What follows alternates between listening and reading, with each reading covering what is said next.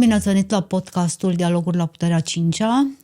Invitatul meu de azi este domnul Mircea Mihăieș, scriitor multipremiat, autorul la peste 20 de volume de critică, istorie literară și eseu, traducător, profesor universitar și manager cultural. Este din 1990 redactor șef al revistei Orizont și editorialist la România Literară, iar de câțiva ani este anfitrionul seriei de conferințe la UVT Cultura este capitală, organizate de Universitatea de Vest din Timișoara. De asemenea, este unul dintre intelectualii de vârf ai României, cunoscut și pentru intensa activitate publicistică de peste 35 de ani, în favoarea libertății de exprimare, în favoarea valorilor democrației liberale și a societății deschise. Într-un portret pe care i l-a făcut în urmă cu mai mulți ani politologul Vladimir Tismaneanu, spunea despre domnul Mihăieș că este un intelectual critic în veritabilul sens al cuvântului, erudit, cosmopolit, subtil, capabil de asocieri care te lasă înmărmurit, sofisticat, fără ostentație. Intelectualul umanist Mircea Mihăieș face parte din familia spirituală a unui George Steiner. Este un lovinescian convins, sincronist pe linia lui Eugen Lovinescu, susținător al esteticii pe linia Monica Lovinescu și a lui Virgilie Runca. Vom vorbi în acest podcast despre rolul sau ce mai înseamnă intelectualul în ziua de azi. Pentru că trăim vremuri tulburi în care democrațiile sunt bulversate de radicalizări și proiecte utopice, în care rațiunea, luciditatea, cunoașterea aprofundată, bunul simț, echilibrul par să fi căzut în desuetudine, locul lor fiind luat de radicalizări ideologice, de polarizare, de bulă, de discurs al urii, de prostie, de fanatism. Și sunt vremuri în care avem nevoie, mai mult ca oricând, de vocea unor intelectuali care să aibă în spate și calificare academică, și autoritate etică, și implicare civică pentru susținerea valorilor occidentale, și de capacitatea de a articula ideile și de a le transmite spre public. Din păcate, rolul lor a devenit aproape inexistent. Domnule Mircea Mihăieș, de 35 de ani sunteți, cum spuneam, de mai mult de 35 de ani, sunteți unul dintre intelectualii de vârf ai României. Ne uităm în urmă și vedem că în comunism intelectualul era hulit, era închis, era ostracizat, era tras în afara societății. Intrăm în anii 90, prima parte a lor, mai cu seamă cea care a urmat perioadei protestelor din piața Universității, Mineriadei, când cuvântul intelectual a primit o conotație negativă, și ne amintim de celebrele lozinci în epocă, noi muncim, nu gândim, și mai grav, moarte intelectualilor. Ajungem spre anii 2000, când unii intelectuali, adică cei din zona, cum spuneam, cei care apărau valorile occidentale, erau numiți fasciști de către premierul de atunci al României, și iată că acum 30 și ceva de ani, după 30 ceva de ani de democrație, rolul lor este din ce în ce mai mic, pentru că societatea civilă, o mare parte a ei nu mai are nevoie de intelectuali. Cum percepeți acest lucru? Cum am ajuns aici și din ce cauză? Deja ați lansat un șuvoi de întrebări, nu sunt mult mai multe, pentru că o să vă duc chiar puțin în urmă, înainte de 1989, când intelectualii, pe lângă însușirile pe care le-ați menționat și pe posturile care au caracterizat, adică prigoniți, urmăriți și așa mai departe, unii dintre ei erau și intelectuali cumpărați. Erau intelectuali puși în slujba regimului, oameni care nu erau nulități din punct de vedere al culturii, din punctul de vedere profesional, și care totuși au optat pentru o ideologie dictatorială, au optat pentru a-și vinde conștiința. Astfel de lucruri sunt eterne, a spune, în România, La fel s-a întâmplat și în perioada dintre cele două războaie, când am avut și intelectuali care au fost cu șira spinării și l-ați menționat deja pe Eugen Lovinescu, dar au fost și unii care au mers fățiși de partea dictaturii și au fost mai multe dictaturi, de la dictatura carlistă, dictatura regală, până la dictatura legionară și dictatura unor regimuri care au avut, din fericire, o viață mai scurtă de extremă dreaptă. În același timp, e adevărat că în vremea comunismului exista încă un mit al scriitorului care creștea pe măsură ce el era persecutat de regim. Și mă refer aici îndeoseb la perioada lui Ceaușescu, unde a existat și o perioadă de deschidere, nu i-a spune de libertate, pentru că totul era controlat, dar a existat o perioadă de deschidere care a permis afirmarea unei generații, de pildă generația celor ieșiți din pușcărie, generația lui Ștefan Augustin Doinaș, a lui Ion Goițescu, generația a lui Alexandru Paleologu, a multora dintre cei care n-apucaseră înainte de război să se afirme pentru că erau foarte tineri, sau revenirea unora care reprezentau ceva în cultura română, precum Constantin Noica, un mare filozof.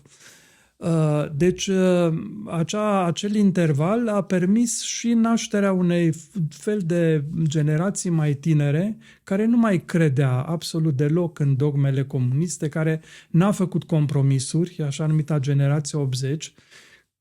Culmilor e că în momentul de față ea este hulită de cei care habar n-au de istorie, habar n-au de rolul acestei generații la începutul anilor 90, când e de fapt generația care a făcut Revoluția, generația celor care aveau atunci în jur de 30 de ani. Aveau deja și oarecare experiență de viață, aveau deja și niște cărți publicate, aveau experiența luptei cu cenzura și aveau, mai presus de orice, un proiect cultural și civilizațional pe care foarte mulți dintre români nu le aveau.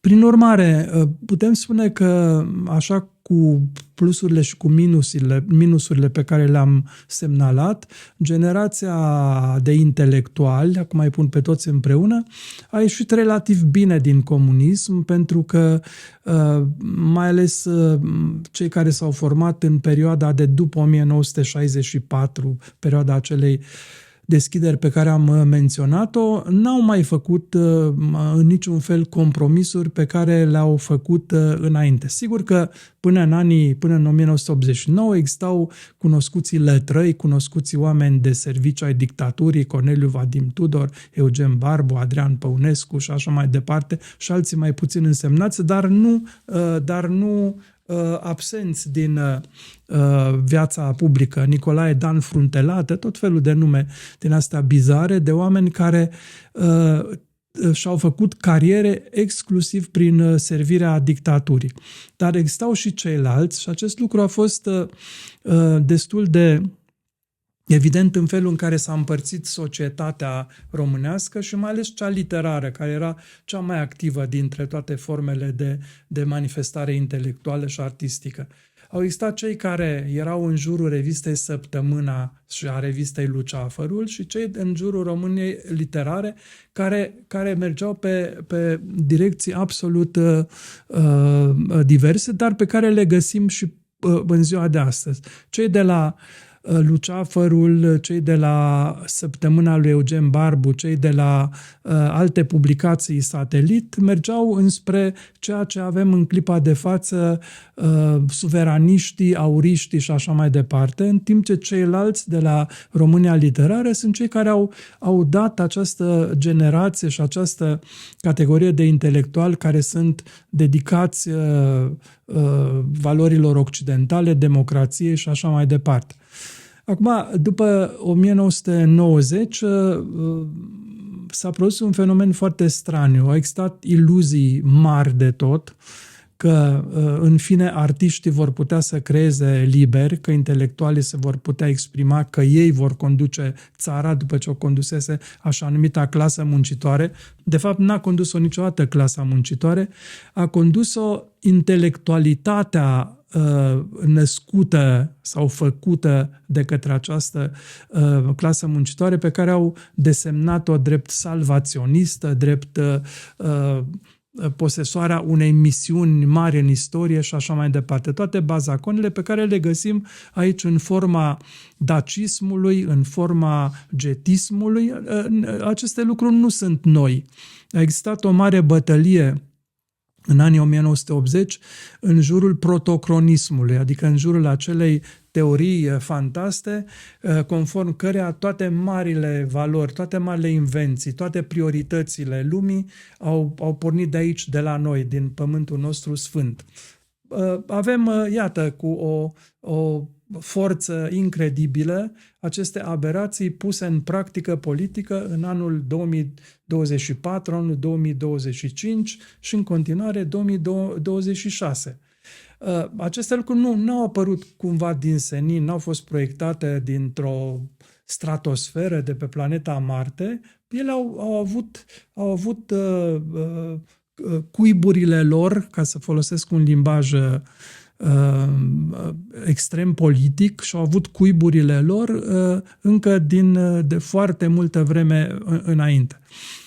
Așadar, înțeleg pe scurt cele trei etape, nu? Trecem comunismul care a ostracizat, care a aruncat intelectuali în închisoare, postcomunismul sau neocomuniștii care i-au demonizat, iar acum ceea ce trăim azi e efectul unei propagande foarte agresive, duse mai cu seamă pe rețele de socializare, o propagandă antioccidentală, îndreptată împotriva intelectualilor care apără, care susțin valorile democrației occidentale, valorile liberale și care nu mai au cuvânt. Adică părerea dumneavoastră a intelectualilor pentru o mare masă a oamenilor nu mai contează.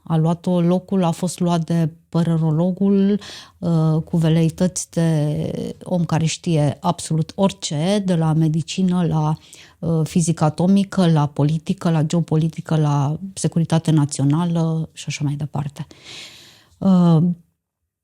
Acum, spuneți-mi dacă această retragere a intelectualilor, sau cel puțin așa se vede din exterior, sau vorbind despre o retragere benevolă a lor, adică un fel de reacție la acest val de dejecții care vine permanent, sau e o împingere a lor afară din scena civică? Cu certitudine, deși se pot aduce și îmbunătățiri la ceea ce voi spune eu, cu certitudine intelectuale au fost scoși în afara scenei. Și mă bazez chiar pe unul dintre primele momente la alegerile din 1990, când la București au candidat împreună, ca independenți, câteva din numele de primă mărime din această țară: Ștefan Augustin Doinaș, Andrei Pleșu, Dan Hăulică, Mircea Dinescu și alții de același calibru, și nu au fost primiți în Parlamentul României. Pentru cine să avea ochi să vadă atunci, era clar un semnal extraordinar de periculos. De ce? Pentru că cel puțin unii dintre ei, se spune Mircea Dinescu, erau pe față eroi naționali, cei care apăruseră la televizor, care anunțaseră plecarea dictatorului și așa mai departe. Dar ei totuși au fost resimțiți chiar atunci ca fiind un corp străin în marele corp electoral românesc, care nu s-a schimbat în mod fundamental, după părerea mea, din 1990 până în momentul de față. Același anti-intelectualism, aceeași dorință de a vota pentru populiștii demagogi, aceeași plăcere de a împinge în față pe cei mai ticăloși. Nu știu de unde ne vine chestia asta. Probabil dintr-o istorie pe care noi n-am asimilat-o niciodată așa cum ar fi trebuit să o asimilez și cum a fost ea. N-a fost nici mai grozavă, nici mai proastă decât alte istorii. Însă nouă ne-a plăcut întotdeauna să vedem o parte edulcorată, o parte extraordinară, că de aceea pomeneam de fenomenele din anii 80, de gen protocronism, care tocmai asta scoteau în față. Deci există la noi, se pare, un fel de rușine de propria noastră ființă, de propria noastră identitate și nu înțeleg de ce. Pentru că așa, la bani mărunți, suntem absolut normali, suntem competitivi cu cele mai mari valori ale lumii, lucru care se văd atunci când ieșim din cadrul nostru care pare să distrugă orice idee de coerență în gândire, orice coerență în acțiune și, finalmente, orice coerență în ideea de a exista. Prin urmare, acel semnal de alarmă pe care l-am sesizat eu încă din 1990 arăta că există, de fapt, o spărtură și o ruptură în interiorul societății românești. Ea s-a amplificat, evident, și cu ajutorul celor care acaparaseră puterea, oamenii din jurul lui Ion Iliescu, cei care știau foarte bine că într-o țară în care intelectualitatea ar fi jucat un rol important, ei n-ar fi contat. Și atunci toată acțiunea lor, și care s-a văzut foarte bine, a fost să distrugă nivelul cultural, educațional, intelectual al populației. Cum s-a făcut? Prin școală. Ani și ani de zile școala din România a fost sub necesitățile ei de finanțare minime, în mod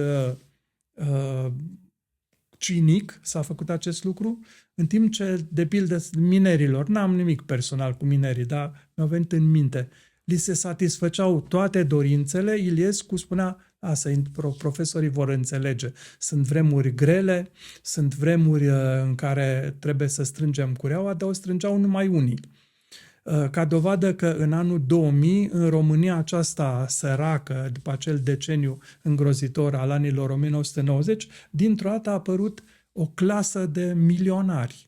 În acel interval, 2000-2004, în al treilea mandat al lui Ion Iliescu și pe vremea lui Adrian Năstase. Până atunci noi n-avusesem decât așa 1-2 rătăciți. Dintr-o dată am avut o clasă a milionarilor care s-a tot mărit. Acum a devenit aproape un sport. Te uiți în Forbes-ul România să vezi câte zeci de sute de milionari și de multimilionari avem. Dar acest lucru s-a produs pe spinarea pauperizării celelalte părți a populației, nu pe creșterea normală a economiei românești.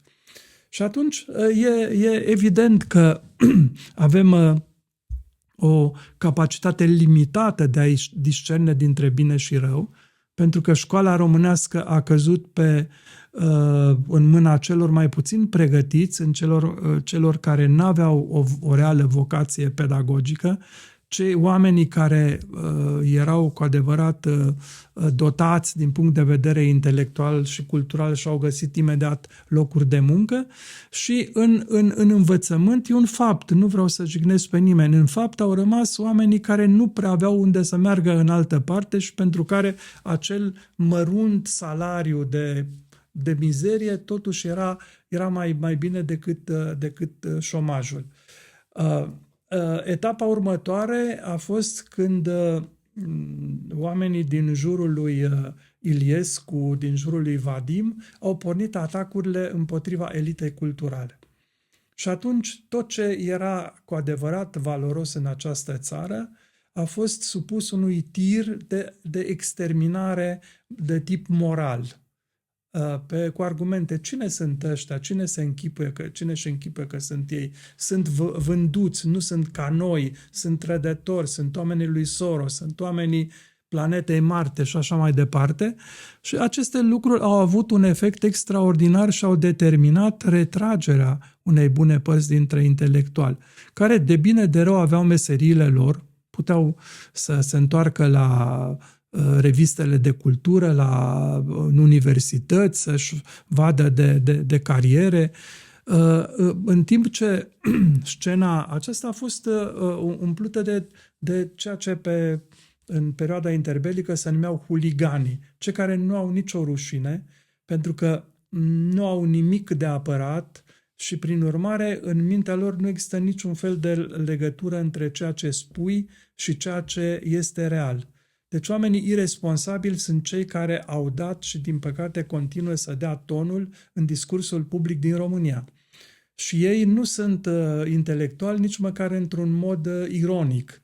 Ei sunt un fel de agenți ai neantului, a spune eu, un fel de personaje de subterană care dintr-o dată au găsit prilejuri de a-și expune punctele de vedere. Așadar, acest tablou pe care îl vedem zi de zi al rețelelor de socializare, unde vedem că dezbaterea, unde vedem că dialogul, schimbul de idei au fost înlocuite de înjurături, au fost înlocuite de un soi de monolog, mesaje preluate fie de la politicieni, fie de la influencer, așa numită propagandă politico-mediatică din zona antioccidentală, mai cu seamă, chiar antinațională.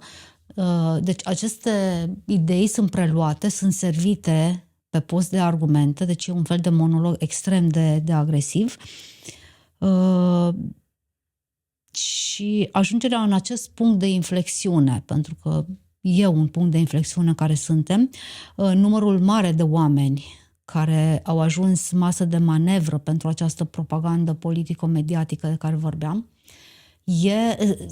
sunt efecte doar ale lipsei de educație, ale unui sistem de învățământ precar al ultimilor, 20-30 de ani, sau mai e și o altă cauză care ne-a adus în acest punct? Toate aceste lucruri sunt reale și contează, dar mai există și o plăcere de a flecări, care e umană. Andy Warhol spunea la un moment dat că va veni acea vreme în care fiecare individ care va dori va avea o celebritate de 15 minute. Mass media n-au făcut decât să amplifice această obsesie care există în om de a se face cunoscut și se trezesc vorbind orice. Nu contează ce spun ei. Mai degrabă îi vezi participând la emisiunile astea, sau cum să le spun, la curentele astea care există pe Facebook, care există în social media, care merg spre senzațional, care merg spre un fel de idealizare a ceva ce n-a existat de fapt niciodată. Că aici este succesul. E și nevoia omului de a se autovaloriza. Eu nu aș condamna pe toți că sunt ticăloși și că fac din răutate ceea ce fac. Unii pur și simplu nu știu ce fac, nu știu ce vorbesc. Se lasă atrași de mărgelele astea colorate, așa cum se atrăseseră pe vremea în care erau colonizate țările din America de Sud și când coloniștii spanioli, portughezi, englezi și așa mai departe cumpărau teritorii chiar cu niște mărgele. Noi suntem într-o nouă etapă a jocului cu mărgele, pe care un faimos scriitor din perioada interbelică și de după, Hermann Hesse, el a făcut celebru într-un roman cu acest titlu, Jocul cu mărgele de sticlă. Noi aici suntem, în această fază a jocului cu obiecte ieftine, cu teorii care n-au niciun fel de valoare, cu exprimarea unor poziții care pe cât sunt de inflexibile, pe atât sunt de ridicole și care dau măsura naturii acestui om de tip nou la care visa și Ceaușescu și la care visează orice dictatură, omul manipulabil, omul care reacționează, care este foarte reactiv, mai ales atunci când e vorba de aberații și din care rațiunea și pentru care rațiunea este o chestiune care trebuie disprețuită și, dacă se poate, chiar distrusă.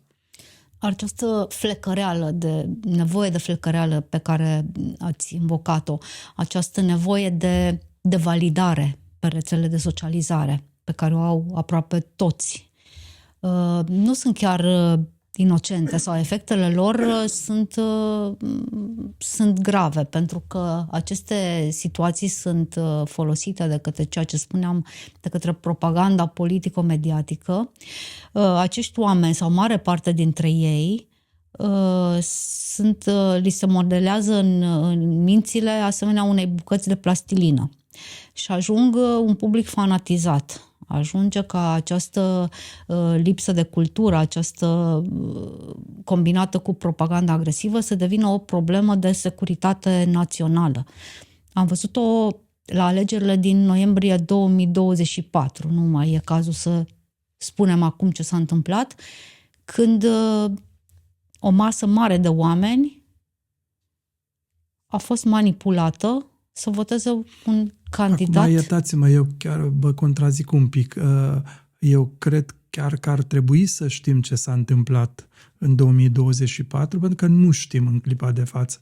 Știm doar niște zvonuri, niște afirmații, unele dintre ele fără acoperire, altele cu iz senzaționalist.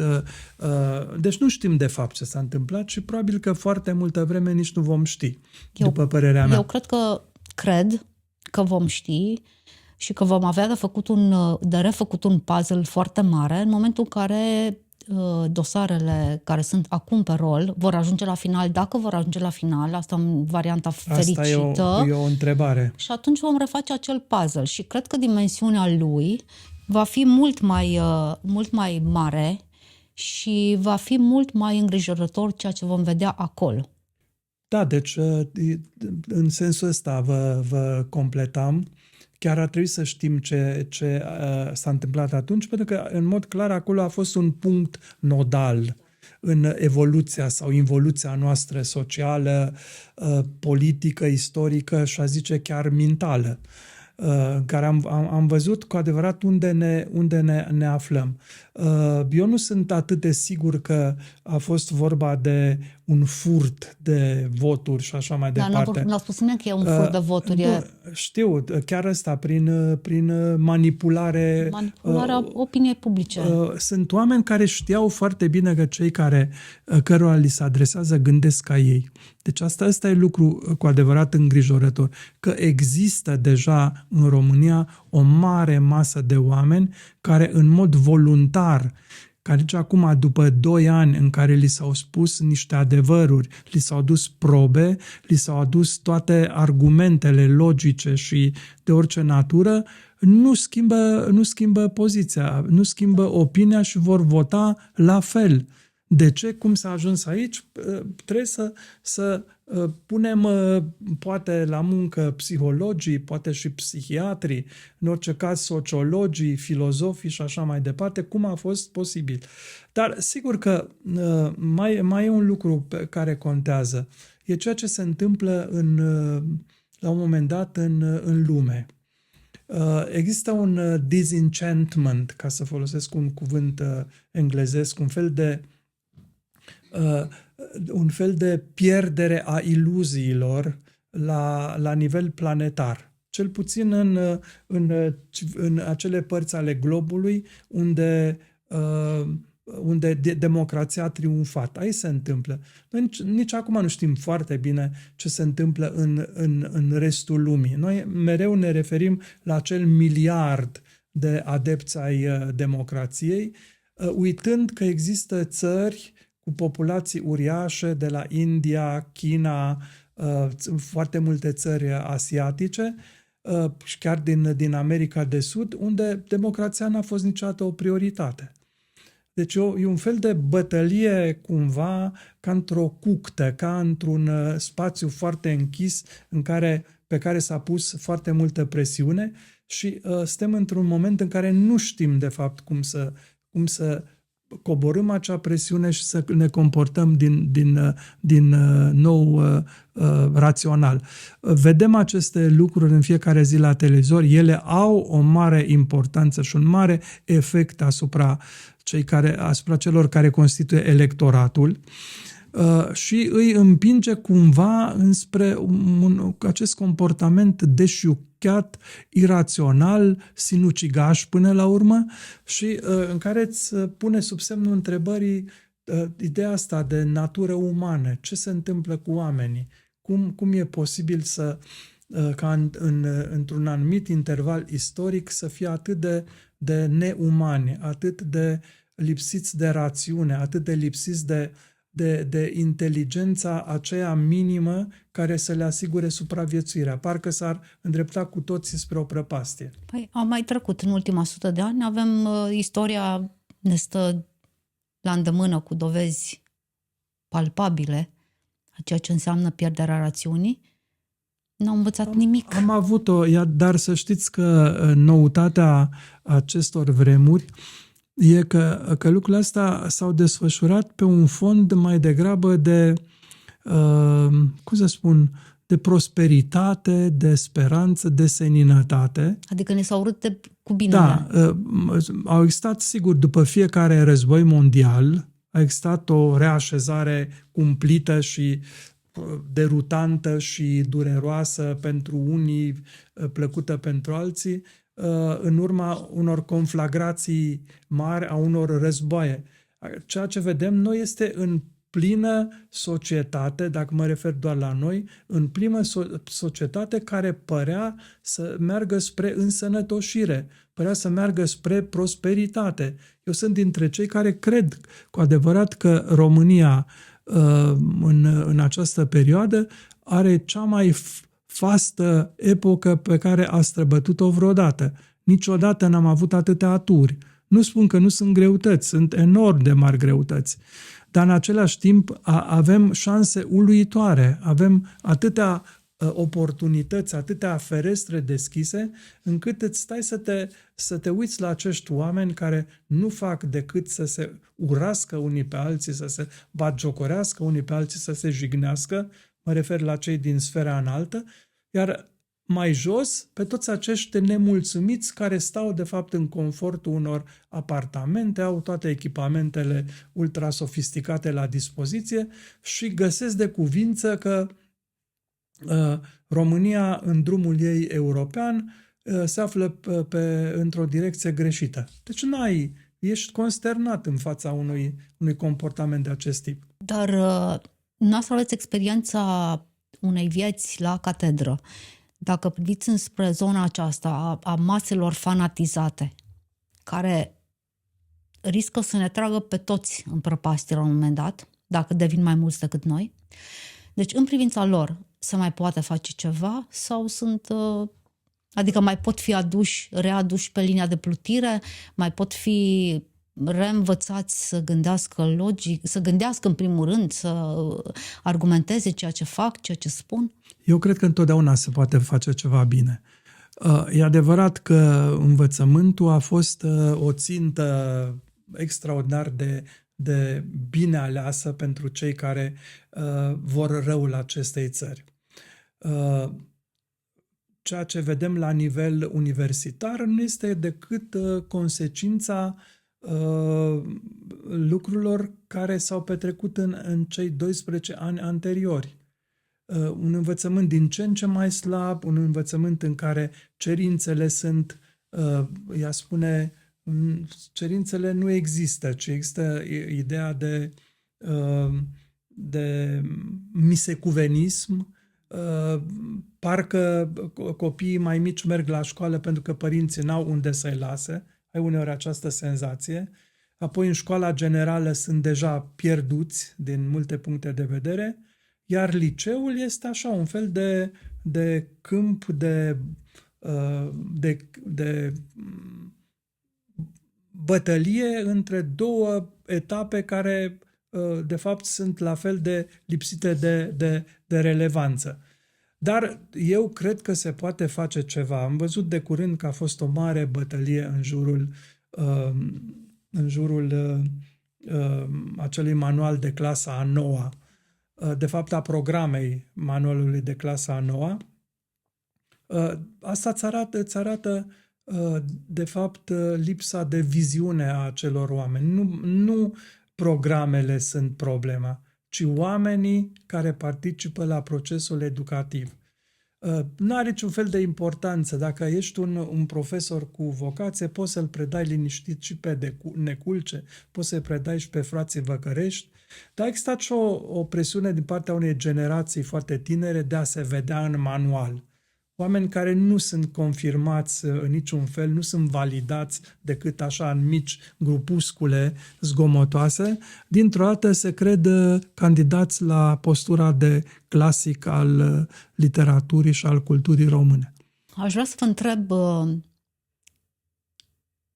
plecând de la ideea că multe voci din zona celor care apără valorile democrației occidentale vorbesc în ultimii ani, mai cu seamă, despre nevoia de claritate morală a intelectualilor publici.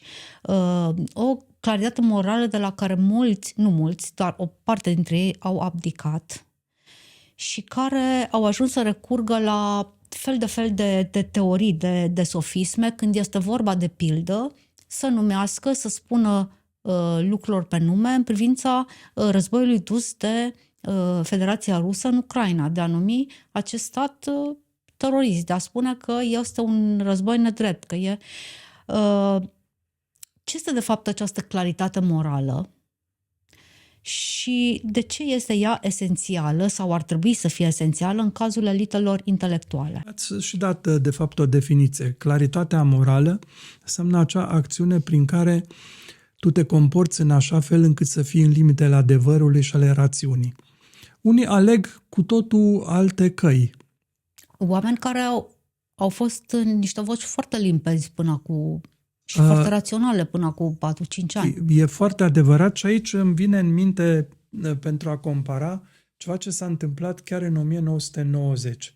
Când și atunci oameni care erau absolut onorabili și valoroși până în 1990, și am să vă dau un singur exemplu, cel al lui Eugen Simion, a optat pentru o direcție cu totul stupefiantă pentru noi care îl apreciam atunci și n-am înțeles niciodată de ce Eugen Simion a abandonat zona căreia îi aparținea în mod firesc.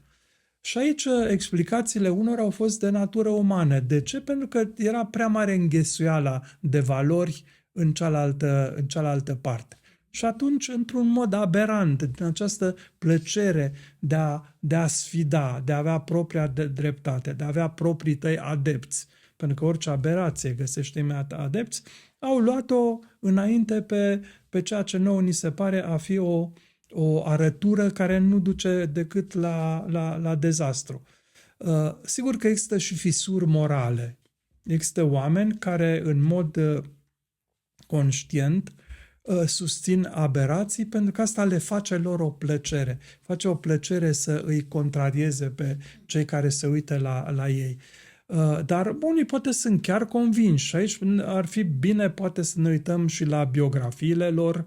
Unii au, să zicem, relații de familie cu cei din fostul URSS, au avut părinți care au studiat acolo.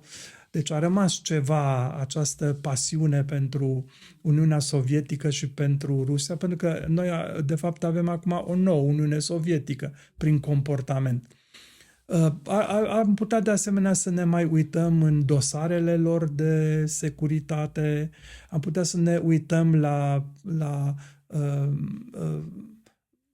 mediile pe care le frecventează sau le-au frecventat fără ca noi să știm și așa mai departe. Deci există foarte multe explicații.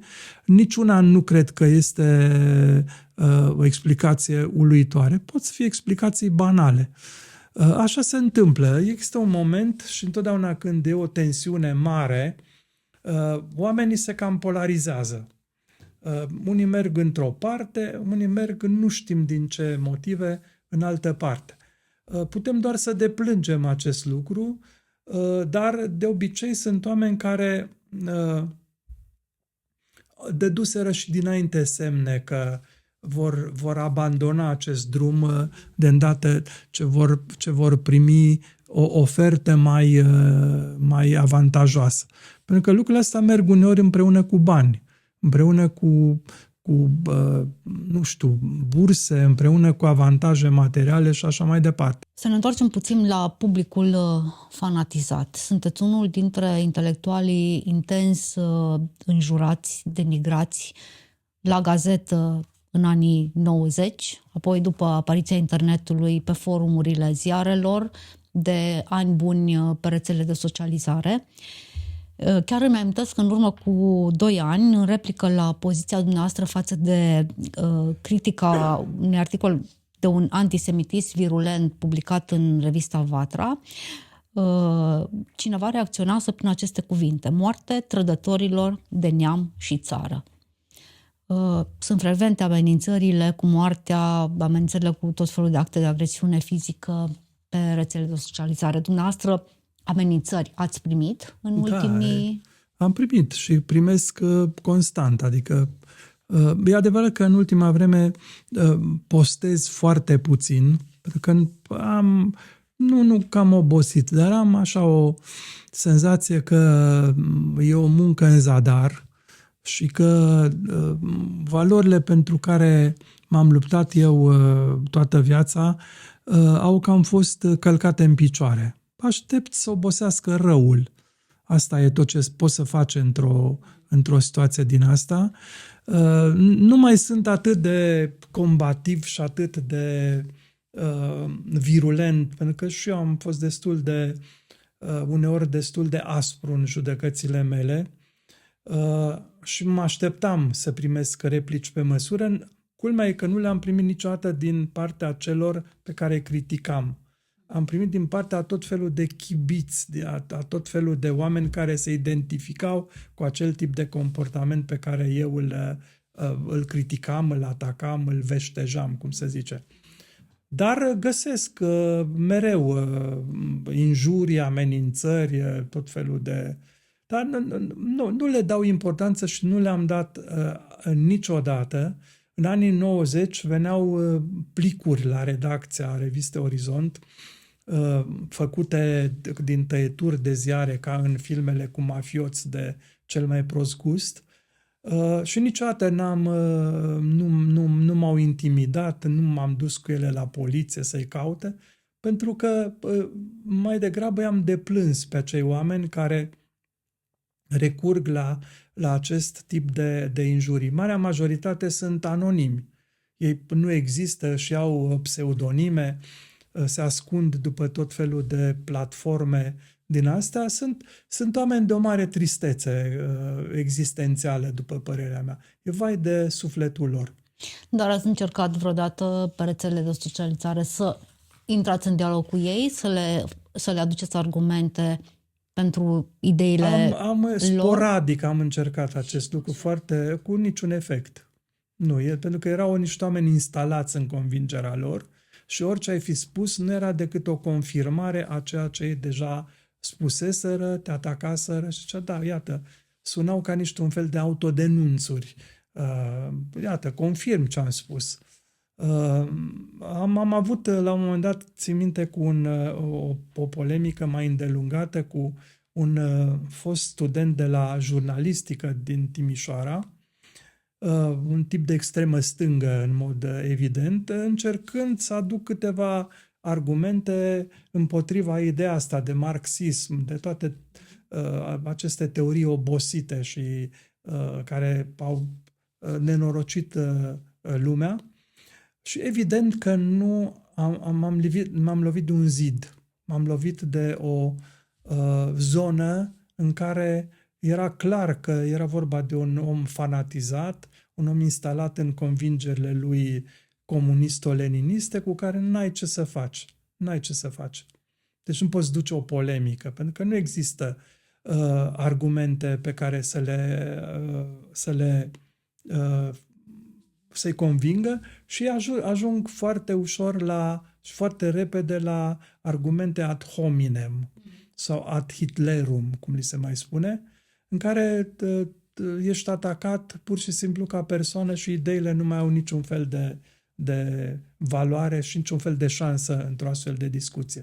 Vă întreb asta pentru că puțin mai înainte v-am întrebat dacă credeți că există vreo șansă de recuperare a lor de recuperarea acestor oameni fanatizați deja? Nu, fanaticii nu pot fi, după părerea mea, recuperați. Unii dintre ei s-ar putea să aibă la un moment dat o iluminare, cine știe, dar nu va fi un fenomen de masă. Important e, cred eu, să fie recuperați cei care au fost cumva atrași cu naivitate în acest șuvoi de nebunii pe care le trăim. Aici este șansa și ei sunt mulți. Nu sunt toți atât de centrați pe această nevoie maladivă de a avea dreptate. Unii sunt pur și simplu duși de nas, dar viața îi mai trezește pe unii dintre ei. Și eu pe ei mizez, nu pe cei care sunt ideologizați, nu pe comisarii politici. Ei vor mărșălui la nesfârșit în acea zonă a nebuniei politice, din păcate și cu șanse mari de a se transforma în violență. Un aliat îl au de o vreme dinspre ceea ce numim inteligența artificială, care vine cu niște beneficii extraordinare pentru mersul înainte al societății, însă vine și cu niște pericole foarte, foarte mari. O aduc în discuție pentru că dumneavoastră ați scris și ați vorbit foarte mult despre impostura academică, despre plagiatele la nivel înalt, despre doctoratele luate în baza unui furt. Și acum, cum spuneam în curând, în competiție cu licențele, cu tezele de doctorat făcute prin fraudă, vor intra lucrările făcute cu inteligența artificială, cu ChatGPT-ul. Credeți că această situație se anunță mai destructivă decât furtul clasicul în ghilimele, furt în mod prin cert, plagiat? în mod cert va urma o explozie a falsurilor, a furturilor și a iraționalului în acest domeniu. Prin urmare, ar trebui ca oamenii care se ocupă de învățământul superior să găsească metode, să contracareze.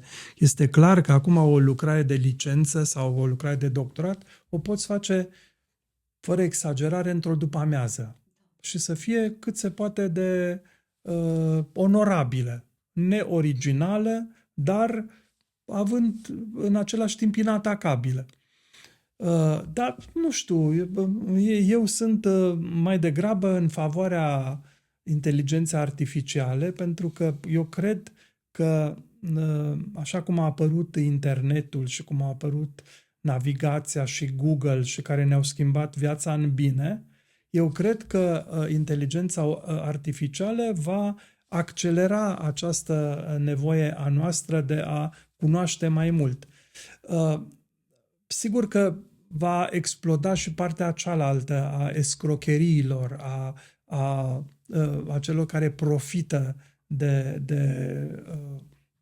inteligența artificială, dar oamenii buni, din nou, vor trebui și ei să se mobilizeze. Pentru că și orice lucrare, chiar o banală lucrare de seminar, e tot o formă de dezinformare. E un furt care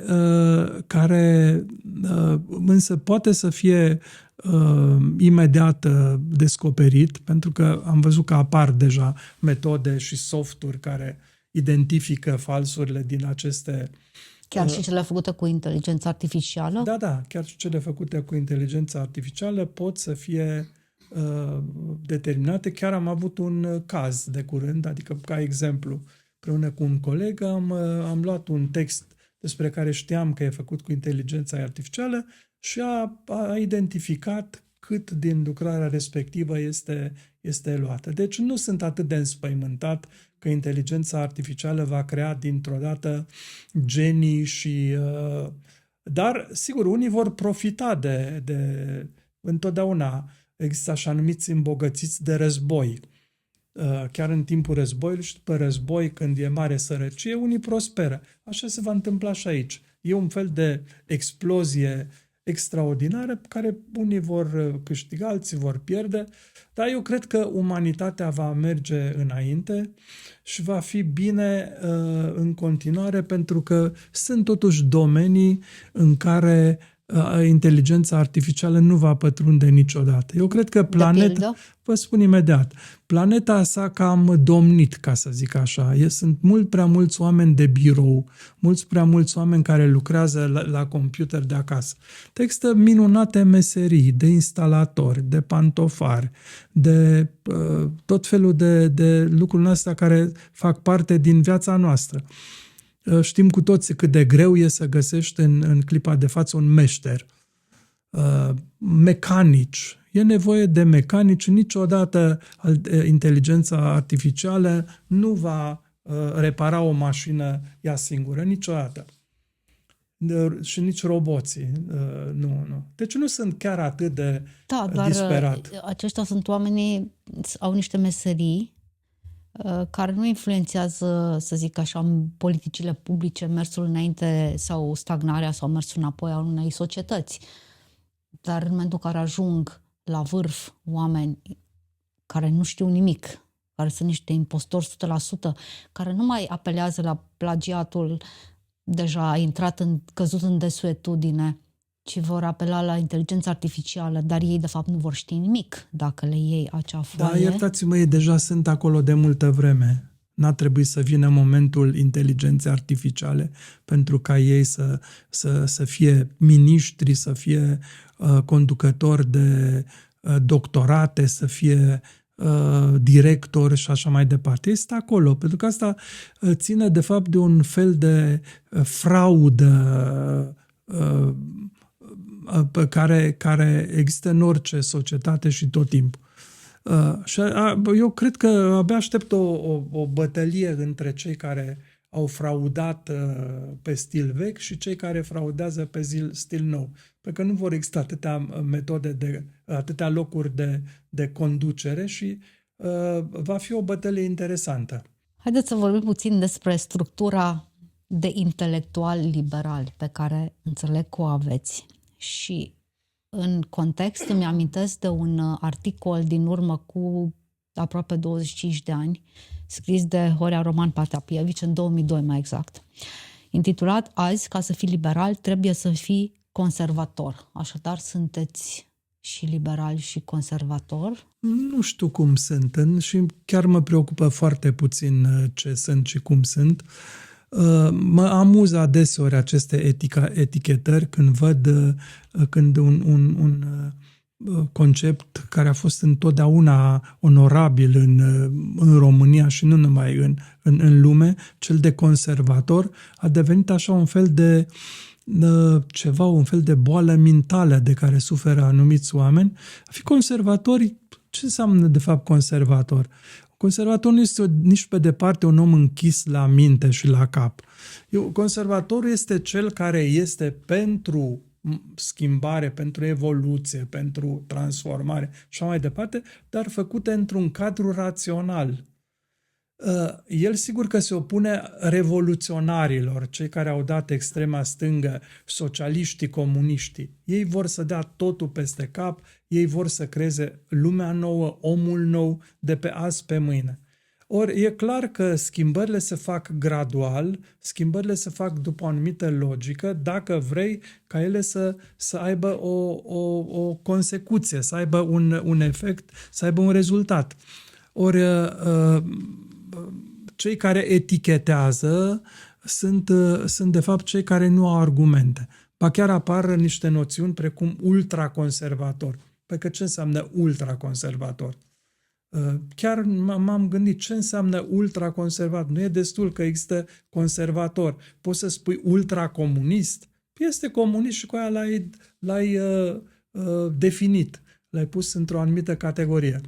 Probabil că a primit această conotație negativă din cauza faptului că în ultima vreme această noțiune, ca multe altele, a fost confiscată de așa numita zonă autointitulată zonă suveranistă. Și subliniez că pun ghilimelele la acest cuvânt. Să știți că fenomenul e mai vechi. Suveraniștii au venit pe un teren deja pregătit. Da, dar ei se revendică a fi, mare parte din ei se revendică a fi conservatori. Da. Ceea ce nu sunt. Nu sunt Nu, conservatori. ei sunt o altă categorie. Ei sunt, o să vă spun imediat ce sunt. Această idee de fapt s-a produs o mutație, s-a mișcat în această ecuație stânga-dreapta. Stânga a fost întotdeauna o mișcare marginală, cea care voia să distrugă establishment-ul.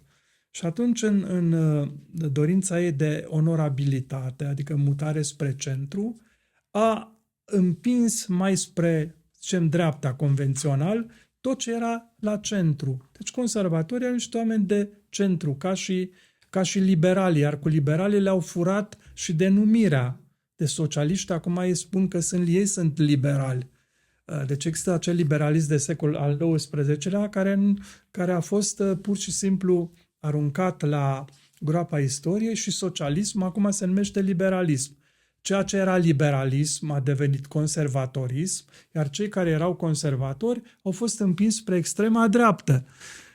Aici, acești suveraniști, care de fapt nu sunt niște independentiști, sunt pur și simplu cei care vor ca România, de pildă, dar sunt și în alte țări, să fie subjugate de o anumită ideologie, cum e ideologia dictatorială de la Kremlin sau de la Moscova sau chiar în unele țări în care există puseuri din asta de autoritarism, chiar în momentul de față în Statele Unite, ei de-aia sunt, pentru că e o confuzie totală în mintea lor. Sunt și cu Rusia, și cu America, și cu China. Numai cu România nu sunt. Deci ei nu sunt absolut deloc suveraniști. Ei nu vor suveranismul României, ei vor un regim în care ei să conducă. E un suveranism în raport cu regulile Uniunii Europene și cu valorile democrației vest-europene. Da, aici ei detestă suveronismul dorit. acest tip de valori, pe care sunt chiar valori. Ei vor dictatură, pentru că asta știu ei. În dictatură toată lumea merge încolonată, există un singur conducător, un singur țel, o singură formă de existență. Ca să revenim să închidem subiectul cu rolul intelectualului, pe care personal mi-l doresc să-l aud mai des, mai frecvent, mai apăsat în societatea este că românească. se va auzi din ce în ce mai puțin discursul și intelectualilor. Nu mai e nevoie de intelectuali în momentul de față, ei sunt obosiți, iar cei care sunt, să zicem, din punctul de vedere tehnic, intelectual, cei care se creează în momentul de față, sunt toți cei care merg înspre zona unei stângi din ce în ce mai radicale. Progresiste. Acum folosesc și eu cuvântul ultra-progresiste. Da. Acum, progresismul e ceva bun. Nimeni nu este împotriva... Dar progresismul radical... Dar ei au furat și acest termen. Progresismul pentru ei nu înseamnă ceea ce era și pentru un conservator. Da, domnule, toată lumea vrea progresul social. Progresismul este o metodă prin care se elimină drepturile celorlalți, în care doar cei care au o anumită credință, un anumit set de valori, au dreptul să existe în lume. Restul, ceilalți trebuie eliminați. Nu credeți cumva, pentru că ați deschis acest subiect, nu credeți cumva că suntem prinși în menghina celor două extremisme, adică pe de o parte, pentru că de extremisme vorbim, pe de o parte este acest acest progresism radical, iar de cealaltă parte este extrema dreaptă, autointitulată conservatoare, suveranistă, cum doriți sau cum doresc ei să-și spună, care de fapt își răspund unul altuia prin replici, prin politici publice, nu că n-au ajuns încă la putere, prin propaganda asta pe care o duc tot mai deșanțată și o mână de oameni, parcă tot mai firavă, ajung să se simtă prinși între cele două extreme, în lupta celor două extreme, pentru că amândouă sunt la fel de toxice. Așa este, dar asta nu înseamnă că noi trebuie să ne abandonăm rațiunea, trebuie să ne abandonăm credințele, trebuie să ne abandonăm valorile, numai pentru că la extreme se urlă. Se vorbește foarte tare, se vorbește cu agresivitate. Nu, trebuie să ne păstrăm normalitatea, cât o fi.